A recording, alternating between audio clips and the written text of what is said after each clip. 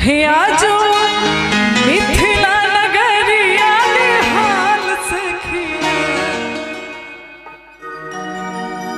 हे आजो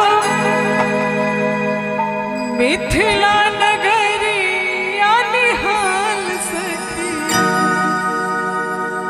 हे निहाल सखिया, हे निहाल सखिया, हे निहाल सखिया। दुल्हा केहन छथिन हम तो नहीं देखलिए ना, लेकिन अहाँ सबके देख कर लगे जो सुंदर हेथिन। अचारू दुल्हा में बड़का कमाल सखिया, चारू दुल्हा में बड़का कमाल सखिया, आज मिथिला नगरिया निहाल सखिया, आज मिथिला नगरिया निहाल सखिया।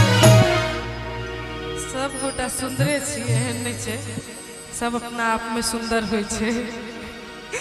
चारू दुल्हा में रामजी कमाल सखिया, चारू दुल्हा में रामजी कमाल सखिया।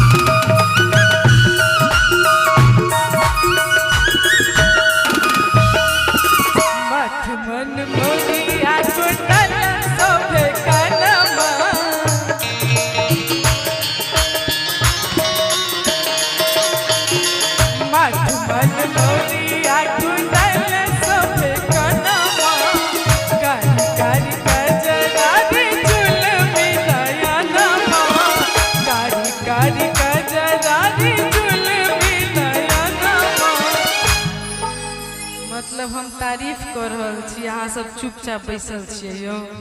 कहितौ अहाँ सब फोन कऽ के तो हम बाबू के लेने तो ताली बजबै ला, ताली बजबियो ना, ताली बजबियो रे यो फोन धऽ कऽ। जिनका जिनका हाथ में फोन नहीं सब गोटा ताली बजबियो ना।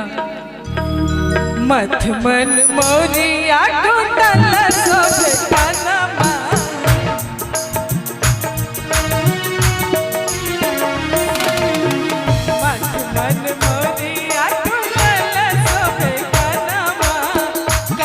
कारी